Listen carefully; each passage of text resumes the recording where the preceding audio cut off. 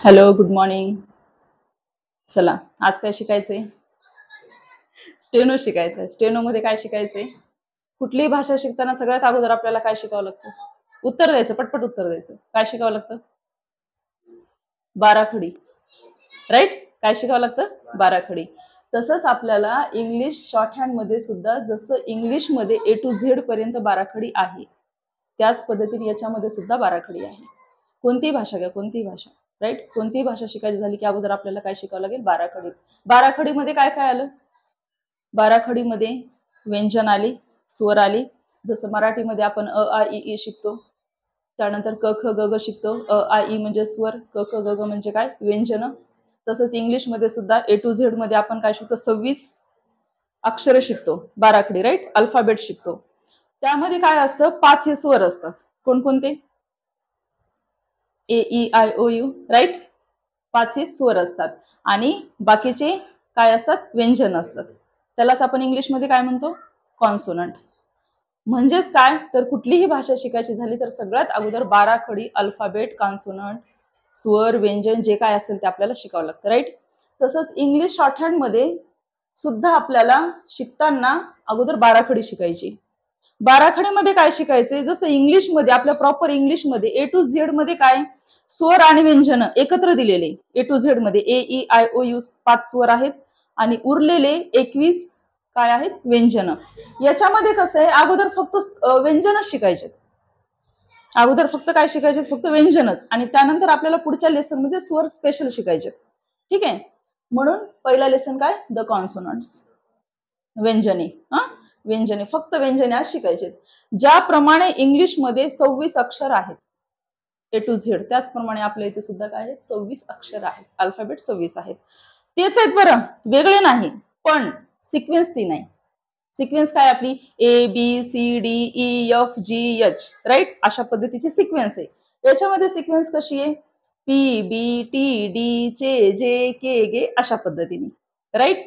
आता उच्चारताना एक लक्षात घ्या, जर तुम्ही स्टेनोचं पुस्तक पाहिलं आणि पहिला जर लेसन पाहिला पिटमनचं, तेच आपण शिकवतो, पहिला जर लेसन पाहिला तर त्याची सिक्वेन्स कशी दिलेली? पी बी टी डी चे जे के गे एफ व्ही इथ दी इस जी इश झी यम यन इंग यल आर रे वे ए हे. आता माझ्या उच्चारामधली जी बाराखडी आहे ती थोडीशी ऐकायला वेगळी वाटणार आहे. वेगळीच आहे.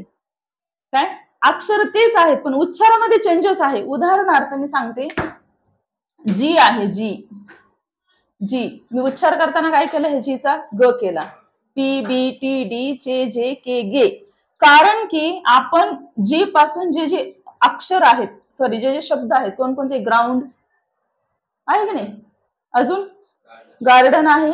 आपण उच्चार करताना काय केला? ग लिहितोय काय? जी.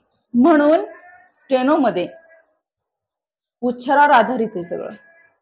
लक्षामध्ये याला गच म्हणायचंय, याला जी म्हणायचं नाही. कारण काल जेव्हा तुम्ही इथे बसले काय पाहिलं? डिक्टेशनचा प्रकार पाहिला. डिक्टेशन म्हणजे काय? श्रुतलेखन. मी काहीतरी वाचत होते, मुलं काहीतरी काढत होते.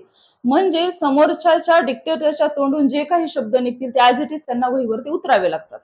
म्हणूनच काहीतरी याला फोनेटिक लँग्वेज म्हणतात, जी की ती उच्चारावर आधारित आहे.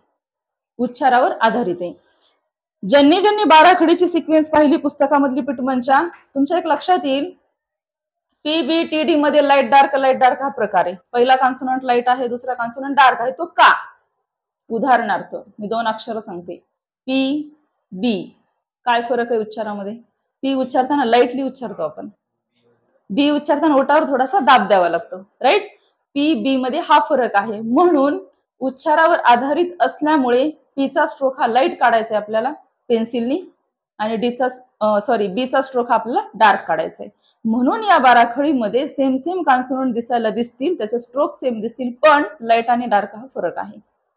कारण ती उच्चारावर आधारित आहे. लक्षामध्ये ती उच्चारावर आधारित आहे. म्हणून बाराखडी सुद्धा आपल्याला उच्चारावर आधारितच पाठ करायची. जसं अजून एक अक्षर सांगते मी, यच आहे. यच. यचला आपण ह म्हणायचे आजपासून. हे म्हणतात त्याला, तिथे दिलेलं आहे त्यांनी. हे काय म्हणायचे? हे. हेवी, अजून हँग, खूप सारे शब्द आहेत. काढताना आपण एच काढतो, पण उच्चार त्याचा काय करतो आपण? हे करतो किंवा ह करतो. राईट? म्हणून बाराखडी आजपासून आपल्याला उच्चारावर आधारितच स्टेनोची बाराखडी पाठ करायची. तर चला आपण बाराखडी काय ती पहिली बघून घेऊ. जशी ए पासून सुरुवात आहे, ए टू झेड आपली पी पासून सुरुवात आहे. अगोदर मला इंग्लिश मधले अक्षर काढावं लागतील आणि त्यानंतर हे काढावं लागेल स्ट्रोक्स त्याचे. तर बघा, पी, बी, टी, डी, पी बी टी डी, चे, जे, के, गे. जे नाही म्हणायचं, त्याला काय म्हणायचं, गे. त्यानंतर यफ, काय काय अक्षर सेम आहेत, यफला यफच म्हणतात. यफ, फी, इथ, टी एच आपण द म्हणतो की नाही, टी एच त्याला काय म्हणायचं आजपासून, इथ, इथ. आणि दुसऱ्याला काय म्हणायचं, दी. दोन्हीची स्पेलिंग सारखी, उच्चारामध्ये थोडासा चेंज आहे. ते का चेंज आहे ते पुढे मी सांगणारच आहे. इथ, दी. त्यानंतरच आपलं कॉन्सोनंट आहे यस, जी, यस, जी, इश, श म्हणतो ना आपण, श, यस एच, शेअर वगैरे स्पेलिंग, शेअर, शेम, शेमलेस असे जे काही शब्द आहेत त्याचं काय उच्चार, इश, इश, झी, इश, झी. त्यानंतर इश झीच्या नंतर यम, यम जसा इंग्लिश मध्ये आहे आपल्या ओरिजिनल तसाच आहे, यम, यन, इंग. आय एन जी लावतो की नाही आपण प्रत्येक शब्दाला, I N G, playing, going, coming, ते इंग. ठीक आहे, यम, यन, इंग. त्यानंतर आहे यल, यल यलच आहे जसं इंग्लिश मध्ये आहे तसंच. त्यानंतर आहे आर, आरला आर पण म्हणतात, रे पण म्हणतात, यल आर रे. आणि वे, त्यानंतर ए, आणि त्यानंतर हे. उच्चार काय केले मी, डब्ल्यूचा, डब्ल्यू नाही केला, वे. बघा ना, वचाच उच्चार होतो, वेअर, वे, वुमन, वच करतो ना आपण. ए, ए पासूनचे शब्द इयर, याक, य उच्चार, म्हणून त्याला वाय नाही म्हणायचं आजपासून, त्याला काय म्हणायचं, ए म्हणायचं. यशला काय म्हणायचं, हे म्हणायचं. हेच उच्चार तुम्हाला मी मराठीमध्ये लिहून देते. हा, याचे स्ट्रोक कसे येते नंतर, ब्रेक के बाद. पी, बी, टी, डी, चे, जे, के, गे,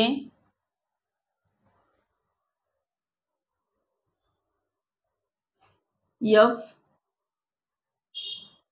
फी. ही तुम्हाला बाराखडी पाठ करताना सोयीस्कर व्हावं म्हणून त्याचे उच्चार मी मराठीमध्ये लिहून देते. ठीक आहे, इथ, याला म्हणतात दी, यसला यसच म्हणतात जसं इंग्लिश मध्ये आहे तसे काही काही आहेत ना अक्षर, ऍज इट इज यस आहे, यम आहे, यन आहे, यल, आर. ठीक आहे, काही काही अक्षर जशाच तसे आहेत. याचा सुद्धा उच्चार आपण ना जी करतो, यस, जी, इश, झी. आहे की नाही फरक, याचा लाईट साऊंड आहे जीचा, याचा कसा आहे थोडासा हेवी साऊंड आहे, झी. राईट, लिहू नका सध्याला काहीच, फक्त समजून घ्या. याचा उच्चार काय, यम. त्यानंतर काय, यन. हा काय, इंग, प्लेइंग, गोईंग, कमिंग आपण असं उच्चार होतो. याचा काय, यल. याचा काय, आर. आणि याला अजून एक उच्चार आहे रे, आर आणि रे. याचा आहे वे, याचा आहे ए, किंवा आपण ए असं पण म्हणतो, दोन्हीपैकी कुठलाही चालतो. आणि याचा आहे हे. अशा पद्धतीने ही आहे आपली बाराखडी. ही तुम्ही सिक्वेन्स पाठ करायची. पण हे अक्षर स्टेनोमध्ये कसे लिहायचे, राईट. ही भाषा आहे सिम्बॉलिक लँग्वेज, आपल्याला प्रत्येक शब्द चिन्हांच्या स्वरूपात काढायचंय. ठीक आहे, आता हेच अक्षर, हेच व्यंजन स्टेनोमध्ये कसे काढायचे, लक्ष द्या. पी, बी, टी, डी चे जे के गे एफ फी इथ दी यस जी इश झी यम यन इंग यल आर रे वे ए हे. आता हे काय आहे समजून घ्या. बघा पी बी दोन्ही स्ट्रोक सेम आहेत पण लाईट आणि डार्क आहे. ठीक आहे. पीचा उच्चार लाईट करतो पी बी म्हणताना ओठावर दाब द्यावा लागतो म्हणून बीचा हा स्ट्रोक डार्क काढायचा आहे कारण फोनेटिक लँग्वेज आहे उच्चारावर आधारित आहे. P light be dark T D T light D dark चे लाईट डी डार्क. इथं दिसतंय का पण लाईट डार्क मी केलाय तसा प्रयत्न पण समजून घ्या. ठीक आहे. K light G dark F light V dark इथ लाईट बरोबर दी dark S light Z dark इश लाईट जी डार्क यम लाईट यमला जोडी आहे का नाही यमला जोडी नाही ना ज्याला जोडी नाही तो कॉन्सोनंट कसा असेल लाईटच असेल हे लक्षात ठेवा. इथे जोडी आहे की नाही यनला यनची यन इंग पहिला लाईट दुसरा डार्क यलला जोडी आहे का नाही यल कसा असेल लाईटच असेल. आरला जोडी नाही फक्त आर हे दोन प्रकारचे काढलेत पण याला ही जोडी नाही हा पण लाईट. हा जो आर आहे तो कोणासारखा आहे स्ट्रेट स्ट्रोक सारखा. हा इकडच्या गटातला हा मात्र इकडच्या गटातला पण तो तिकडे ठेवलाय. ठीक आहे. दोन का दिलेत याचा स्पेशल लेसन आहे. हा आर कधी वापरायचा पण उच्चारामध्ये बदल आहे. काय बदल आहे याला आर म्हणतात याला काय म्हणतात रे. त्या पद्धतीने वे ए हे. आता हा काय प्रकार आहे हे दोन कॉन्सोनंट जे आहेत हे हुक वालेत याला असे हुक लावले याला अशा पद्धतीने लावले याची दिशा अशी राहील याची दिशा मात्र अशी राहील. ठीक आहे. याला हुक लावलेत आणि हे जे एच आहे हे याच्यासाठी सुद्धा जसं र ला दोन दिलेत आर ला दोन स्ट्रोक दिले तसे इथे सुद्धा काय केलेत दोन स्ट्रोक दिलेले आहेत. का नंतर आहे याचा स्पेशल लेसन की तुम्हाला सोयीस्कर जो वाटेल तो घ्या. कधी हा वाटेल याचं स्पेशल लेसन आहे पण याची सध्या तरी दिशा समजून घ्या. पहिल्याची दिशा डाऊनवर्ड दुसऱ्याची दिशा अपवर्ड. या आता इकडे आता आपण काय शिकलो व्यंजन त्यांचे उच्चार आणि लाईट डार्क का आहे तर ते उच्चारावर आधारित असल्यामुळे लाईट डार्क हा प्रकार आहे. आता आपल्याला याचे प्रकार शिकू. प्रकार काय इथून इथपर्यंत कसे आहेत आणि हा आर एक मिळून स्ट्रेट स्ट्रोक कशा आहेत स्ट्रेट सरळ रेखिका. त्यानंतर एफ पासून ते आर पर्यंत कशा आहेत कर्व स्ट्रोक अर्धचंद्राकृती राईट. अशाचे दोन गट पडले. तिसरा गट कोणता आहे हुकवाला आणि सर्कलवाला. ठीक आहे. असे याचे गट आहेत. याच्या नंतरच लक्षात काय ठेवायचं याच्या काढण्याच्या पद्धती काढण्याची दिशा. जे स्ट्रोक वरून खाली येतात वरून खाली मग तो असा पण असेल तो असा सरळ पण असेल किंवा तो असा क्रॉस पण असेल याला काय म्हणतात डाऊनवर्ड स्ट्रोक. याला काय म्हणतात डाऊनवर्ड स्ट्रोक म्हणजे कसे वरून खाली येणारे. तर मग आपल्याकडे डाऊनवर्ड स्ट्रोक कोणकोणते आहेत बघा. डाऊनवर्ड स्ट्रोक पी बी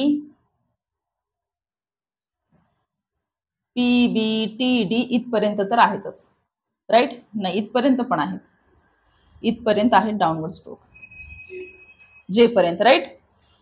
इकडे कोणकोणते आहेत टोटल ही लाईन डाऊनवर्ड स्ट्रोकची टोटल ही लाईन कशी डाऊनवर्ड. मग ते असे आलेले असतील किंवा सरळ आलेले असतील पण शेवटी ते कसे आहेत डाऊनवर्ड स्ट्रोक आहेत. इकडे कोणकोणते आहेत फक्त इकडे एच आहे हे हा एक आहे. ठीक आहे. हे झाले डाऊनवर्ड स्ट्रोक. आता आपल्याला पाहायचंय अपवर्ड स्ट्रोक कोणकोणते आहेत. अपवर्ड स्ट्रोक खालून वर जाणारे कोणकोणते आहेत तर खालून वरती जाणारा स्ट्रोक आहे सगळ्यात पहिला म्हणजे यल. कोणता? यल. दुसरा आहे रे. दुसरा आहे रे. तिसरा आहे वे. चौथा आहे ए. आणि पाचवा आहे हावाला हे. 1 2 3 4 5. म्हणजे 5 स्ट्रोक, फक्त 5 स्ट्रोक आपल्याकडे कसे आहेत? अपवर्ड, खालून वर जाणारे. त्याला मराठीमध्ये काय म्हणतात? ऊर्ध्वगामी. काय म्हणतात? ऊर्ध्वगामी. वरून खाली येणाऱ्याला काय म्हणतात? अधोगामी. अधोगामी. ठीक आहे. आपण डाऊनवर्ड शिकलो, अपवर्ड शिकलो. आता आपल्याला पाहायचे आडवे. आडव्याला काय म्हणतात इंग्लिशमध्ये? होरिझॉन्टल. काय म्हणतात? होरिझॉन्टल स्ट्रोक म्हणजे आडवे. आडवे कोणकोणते आहेत लक्षात घ्या. के गे 2 झाले, यम यन इंग संपले. किती? 5 आहेत फक्त. के गे यम यन इंग हे 5 स्ट्रोक कसे काढायचे? आडवे, डावीकडून उजवीकडे. हे शेवटपर्यंत आहे. कुठलंही अक्षर काढायचं असेल ना त्याची दिशा महत्वाची, चुकीचं नाही काढायचं. हा जो रे आहे अपवर्ड सांगितलाय खालून वर, तर हा नेहमी काढताना अपवर्डच काढायचंय, वरून खाली नाही काढायचंय. वरून खाली काढायचा नाही. अशा पद्धतीने आपल्याकडे 5 स्ट्रोक हे खालून वर म्हणजे अपवर्ड आहेत, 5 स्ट्रोक हे होरिझॉन्टल म्हणजे डावीकडून उजवीकडे काढले जातात. बाकी उर्वरित सर्व स्ट्रोक हे 10 सोडले तर कसे काढले जातात? वरून खाली. इथपर्यंत समजलं? लाईट डार्क प्रकार समजला, यांची दिशा समजली. आता याचा मेन भाग आहे तो म्हणजे याची साईज किती घ्यावी. साईज आपल्या मनावर नाही. साईज आपल्या मनावर नाही. मराठी आणि इंग्रजीचे जे आपण अक्षर काढतो याला आपल्या लेखकांनी कुठं साईज नाही ठरवून दिलेली. प्रत्येकाचं अक्षर जर पाहिलं वहीमध्ये, कोणाचं लहान आहे, कोणाचं मोठं आहे, कोणाचं मीडियम साईजचं आहे, कोणी असं क्रॉसही लिहितं, कोणी सरळही लिहितं, कोणी इकडच्या दिशेला क्रॉस लिहितं. इथे तसं बिलकुल नाही. थोडं जरी क्रॉस झालं तरी डायरेक्ट त्याचं नावच चेंज होऊन जातं, ते अक्षरच चेंज होऊन जातं. म्हणजे दिशा खूप महत्वाची आहे. बघा पीबी टीडी तिकडून इकडे आलाय, सॉरी पीबी टीडी सरळ आहे, जे असा क्रॉस आहे. म्हणून आपल्याला त्याची साईज, त्याची दिशा, त्याचं लाईट डार्क हे ज्या नियमाने दिलेलं आहे त्या नियमाने शेवटपर्यंत काढायचे. लक्षामध्ये हातावर खूप कंट्रोल पाहिजे, त्याची प्रॅक्टिस पाहिजे. तर याची साईज किती सांगितली लेखकांनी काढायची? तर 1 इंचाचा 6वा भाग, 1/6 इंच. 1/6 इंच म्हणजे किती? तर आपले जे रजिस्टर किंवा वही मधलं जे अंतर आहे, 2 रेषेच्या मधलं अंतर आहे, ते अर्ध्यापेक्षा थोडंसं जास्त. अर्ध्यापेक्षा थोडंसं जास्त म्हणजे समजा आपल्या वहीतलं अंतर एवढं आहे रजिस्टर मधलं, तर हे झालं अर्ध, आणि हे अर्ध्यापेक्षा थोडंसं जास्त. हे तुमच्या वहीनुसार अर्ध्यापेक्षा थोडंसं जास्त. प्रत्येक स्ट्रोक आपल्याला एवढ्या साईजचा काढायचा आहे. म्हणजे चला, तर साईज किती काढायची हे लक्षात आलं. लाईट डार्क प्रकार लक्षात आला, अपवर्ड डाऊनवर्ड होरिझॉन्टल स्ट्रोक लक्षात आले. इथपर्यंत ओके. आता हे लक्षात कसं ठेवायचं? सगळ्यात पहिली स्टेप तुम्हाला सांगितली, सिक्वेन्स पाठ करा. तोंडपाठ झाली पाहिजे. उद्या आलं ना पीबी टीडी चे जे के गे असं एबीसीडी सारखं तोंडपाठ करून यायचं. ही झाली तुमची पहिली स्टेप. हे आकार कसे लक्षात ठेवायचे? पाहिलं तर रेषा रेषा, पाहिलं तर अर्धा चंद्र लक्षात कसं ठेवायचं? त्यासाठी लेखकांनी आपल्याला 3 भूमितीच्या आकृत्या दिलेल्या आहेत. त्या आकृतीद्वारे आपल्याला काय करायचंय हे लक्षात ठेवायचंय. बघा पहिली आकृती,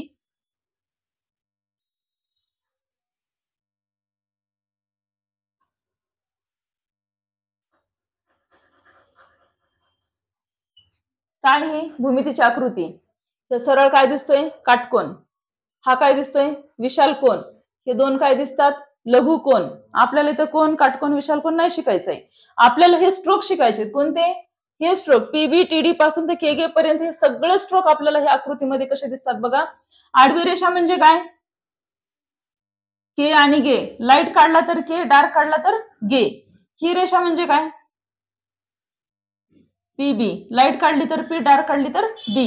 ही रेषा काय? सरळ टी आणि डी. इथे लक्षात ठेवण्यासाठी हे टीडी म्हटले की पटकन आठवलं पाहिजे. सरळ उभी रेषा म्हणजे टीडी. असं आडवी रेषा म्हणजे के गे. म्हणजे हे अक्षर स्टेनो मध्ये कसे लक्षात ठेवायचे यासाठी आकृती, बाकी काही नाही. ही रेषा म्हणजे काय? जे. याची दिशा कशी? अशी. हे सगळ्यांची कशी? डाऊनवर्ड. परंतु हा आहे आपला रे. हा काय आहे आपला रे. याची दिशा मात्र अपवर्ड आहे. या दोन्हीमध्ये कन्फ्युजन होऊ द्यायचं नाही.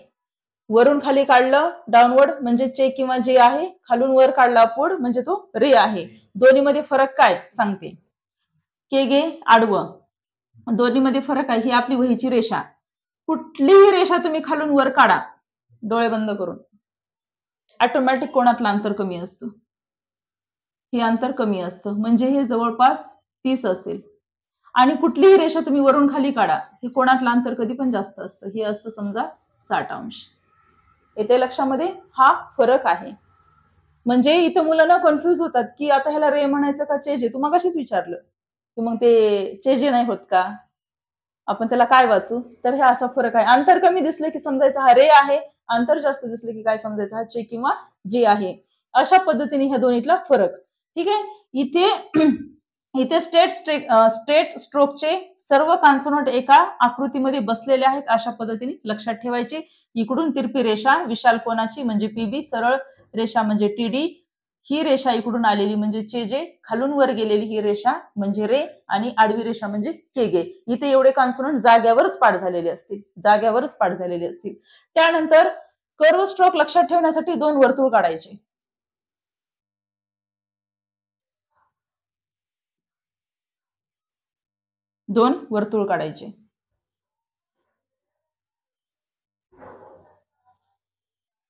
वर्तुळ काही आलं नाही चांगलं, ठीक आहे, समजून घ्या. ओके, काय करायचं, वर्तुळ काढले का पहिल्या वर्तुळामध्ये ना बेरजेचं चिन्ह काढायचं प्लस, आणि दुसऱ्या वर्तुळामध्ये काय करायचं, क्रॉस, गुणाकाराचं चिन्ह काढायचं. क्रॉस गेली ही रेषा जास्तच, ठीक आहे, जाऊ द्या. गुणाकाराचं चिन्ह दिसलं बस झालं. खाली काढायला थोडासा त्रास होतो बोर्डावरती. झालं. हे सगळे आकार तुम्हाला ह्या चतकोर मध्ये दिसून जातील. दिसले आकार, काही काही लक्षातही आले असतील. हा असा काय आहे आपला यल, हा असा काय आहे आपला डाऊनवर्ड आर, याला आर म्हणतो आपण, याला रे म्हणतो. सॉरी. हा काय आपला एफ, डार्क काढला तर व्ही. हा काय आपला इश, यस एच, डार्क काढला तर झी. हा काय आपला होरिझोंटल यम, आडवा यम. हा काय यन, आणि अजून एक आहे डार्क काढला तर काय होतो हा इंग, काय होतो इंग. हा काय इत आणि दी, दोन्हीची स्पेलिंग सारखीच आहे, उच्चारामध्ये फरक आहे, इत आणि दी. आणि हा काय आपला इकडचा कंस बंद, हा काय आपला यस. हे वर्तुळ खूपच विचित्र झालंय, समजून घ्या. ठीक आहे. गुणाकाराचं चिन्ह काढलं तर लक्षात ठेवायचं, वरचा अर्धा गोल म्हणजे यम, खालचा अर्धा गोल म्हणजे यन आणि इंग, कंस, कंस लक्षात ठेवा. हा, इकडचा कंस म्हणजे इथे दी, इकडचा कंस म्हणजे यस आणि जी राहिला, यस आणि जी राहिला. मराठीमध्ये फक्त स साठी दिलंय ते, म्हणून मी पण तिथेच थांबले. असं होतं मराठी इंग्लिशचं थोडंसं कन्फ्युजन. ठीक आहे, यस आणि जी. अशा पद्धतीने हे वर्तुळाद्वारे कर्व स्ट्रोक लक्षात ठेवायचे, आणि या आकृतीद्वारे तुम्ही स्ट्रेट स्ट्रोक वाले कॉन्सोनंट लक्षात ठेवायचे. बस, याच्या पलीकडे काही नाही. ही आहे आपली बाराखडी कॉन्सोनंट. बाराखडीची सिक्वेन्स पाठ करणे, लाईट डार्क लक्षात ठेवणे, साईज बरोबर जेवढी सांगितली तेवढी काढणे, दिशा व्यवस्थित काढणे, downward stroke, upward stroke, horizontal stroke, आणि कन्फ्युजन न होऊ देता हे आकार लक्षात ठेवणे. जर सांगितलं आर काढा, पटकन आठवलं पाहिजे, क्विक. हा, प्लसचं चिन्ह काढलं, हा जो वर्तुळाचा भाग आहे चतकोर, हा आपला आर आहे, म्हणजे प्रॅक्टिस करताना लगेच आपल्याला हा आकार लक्षात आला पाहिजे. अशासाठी हे वर्तुळ आणि ह्या 2-3 डायग्राम दिलेले आहेत. आता राहिला प्रश्न, प्रॅक्टिस कशी करायची. सगळ्यात आधी पाठांतर केलं तुम्ही, प्रॅक्टिस कशी करायची, तर हे तुमचं वहीचं पेज, हे तुमचं रजिस्टर घ्यायचं मोठं, 22-23 लाईन असलेलं, वही नाही घ्यायची छोटी, रजिस्टर घ्यायचं, आणि लाईट डार्क येण्यासाठी पेन नाही वापरायचा, स्पेशल स्टेनोची पेन्सिल असते अप्सराची ग्रीन कलरची, ती पेन्सिलच वापरायची. पेनाने लाईट डार्क येत ना, आता मी पेननी लिहिले, तुम्हाला काही लाईट डार्क कळणार नाही, ते पुस्तकात पाहूनच करावं लागणार आहे. पेन्सिलनी कसं लाईट डार्क स्ट्रोक येतात. लाईट काढताना एकदम असं स्मूथली काढायचं, डार्क काढताना मात्र असं गिरवायचं नाही, थोडंसं दाबून काढायचं, हातावर थोडंसं प्रेस करायचं. ठीक आहे. बघा, ह्या तुमच्या रेषा, वहीच्या रेषा असतील, ह्या तुमच्या वहीच्या रेषा. तर एक कॉन्सोनंट एक पेज करायचं. समजा पी आहे, P P P P P P. आता 2 ओळीची जी अंतर आहे अर्ध्यापेक्षा जास्त घ्यायचं. इथं माझ्याकडून थोडं जास्त झालं. पी काढायचं. त्यानंतर बी काढताना थोडंसं दाबून पी बी बी बी. त्यानंतर समजा आपण एक कर्व स्ट्रोक एफ वाला यफ यफ यफ. इथं इथं यस यस अशा पद्धतीने. आर असेल आर अशा पद्धतीने. यल असेल यल अशा पद्धतीने. रे असेल रे अशा पद्धतीने. त्यानंतर हुकवाला डब्ल्यू वे असेल अशा पद्धतीने. ए असेल अशा पद्धतीने. ठीक आहे. ह असेल ह 2 आहेत आपल्याकडे. एक असा मराठीतला एक चाकडा काढल्यासारखा असा थोडासा क्रॉस रेषा त्याची सर्कल आणि क्रॉस रेषा सर्कल आणि क्रॉस रेषा. दुसरा आहे खाली सर्कल येईल रेषावरती जाईल एकदम त्याच्या ऑपोजिट अशा पद्धतीने. ठीक आहे. एक एक पेज प्रत्येक कॉन्सोनंट एक एक पेज काढायचे. प्रत्येक कॉन्सोनंट एक एक पेज. लाईट असेल लाईट डार्क असेल डार्क. व्यवस्थित असे 26 पानं भरलेच पाहिजेत. ठीक आहे. अशा पद्धतीने पहिला लेसन करा. पुढच्या लेसनला आपण भेटू. तोपर्यंत बाय बाय.